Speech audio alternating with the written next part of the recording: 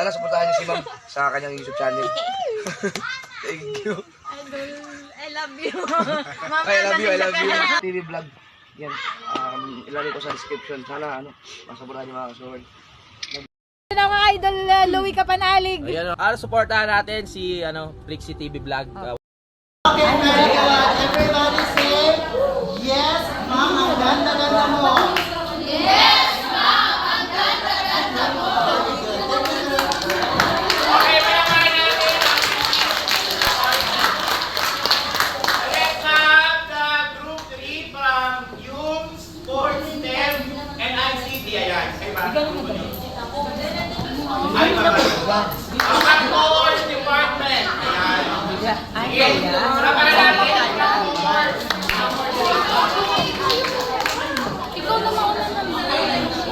Ano sabihin mo? Ano na Paano kaya mag-attendance check yung mga coordinator natin? Tingnan nga natin. Attendance check tayo sa mga coordinator.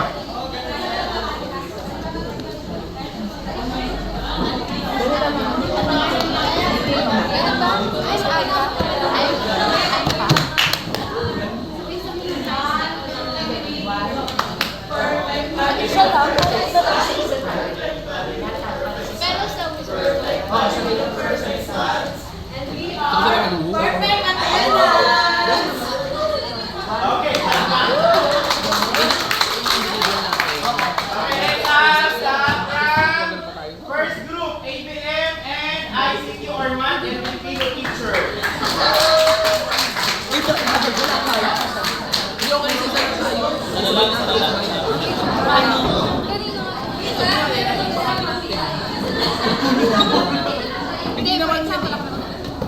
Paano kaya sila mag-attendance? Tingnan nga natin. Okay. Mga bata, ito kayo.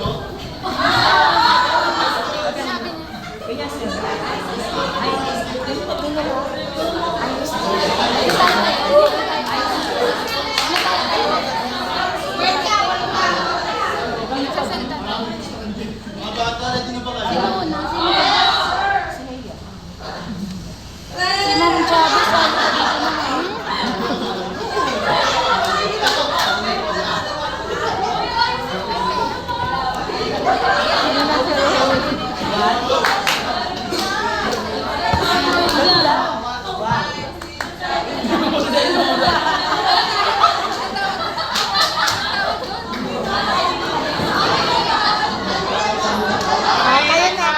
Kayo na. Ayan. And then we have the last group. Kasama kayo sila. Okay, let's have the last group. Paano kayo mag-attendance yung last group? Tingnan nga natin.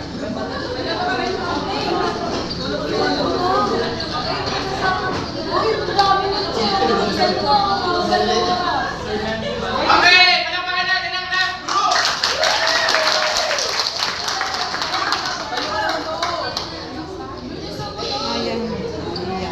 Nahiya. Meron po kaming orientation. Okay, students, when I call your name, just clap your hands. Ma'am Leia.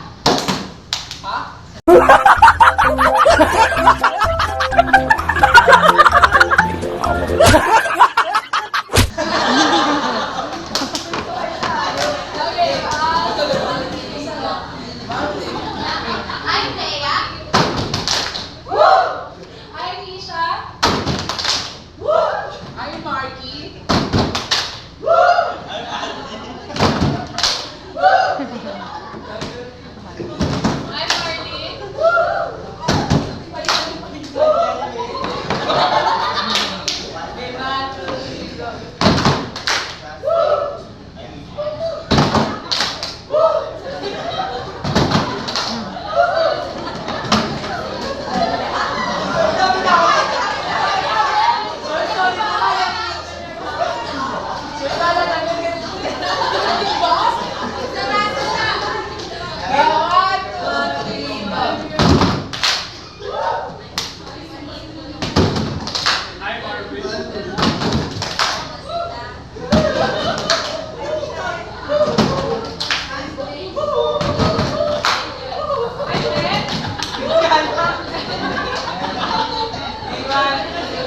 Sure na.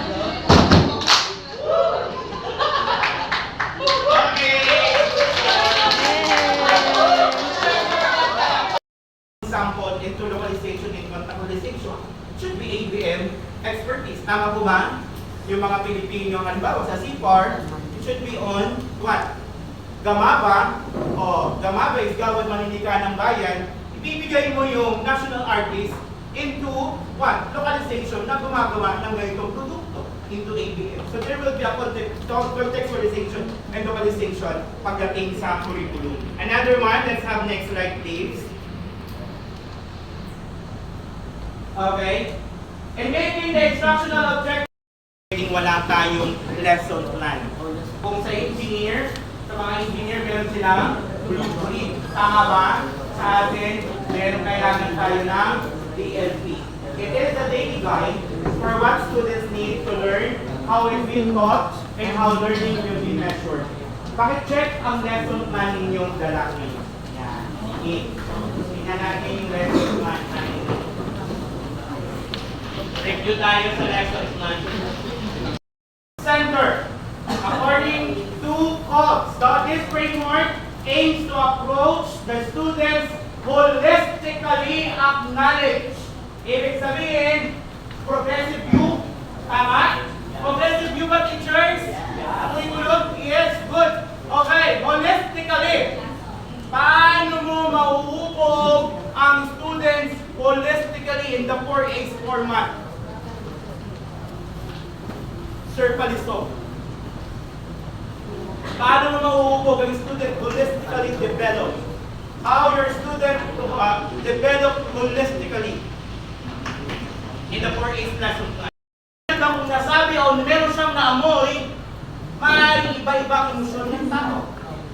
Tama ba? Ngayon, nagbubulit ako kasi may nakasimangot. Mamaya, gano'n. We have our own different boxes. May kanya-kanya kang kahon. Tama ba, teachers? Yes, Pag sir. nakasimangot sa harapan ng estudyante mo, huwag mong sisimangutan. Isip ka, nakasimangot ka.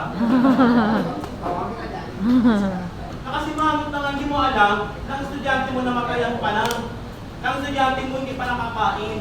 Ang estudyante mo, wala pang tulog. Or different boxes. We have to bring that kind of boxes. Okay? Okay, may kanya-kanya tayong kahon. At yung students mo na yan, may kanya-kanyang kahon dito.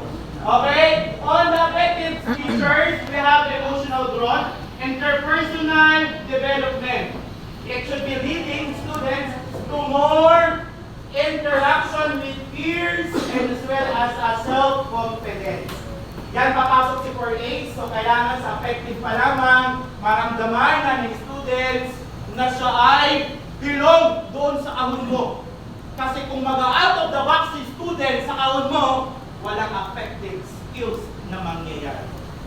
If hindi mo kayang i-value si students, kahit pangit yan o maganda yan, bobo o ano pa man yan, we have our own multiple intelligence according to Howard Gardner. Tandaan niyo yan, teachers. Let's go to psychomotor. Psychomotor skills is very important to have the physical Physical we have to our hands activities. to use, our body to use, our activities in the other. Next slide, please. Okay, this can be the example. Tingnan natin. Okay, yung ginagawa natin, especially sa mga ginagawa natin, example yan. Verb na yan, no? Creating, what do you call this? Evaluating.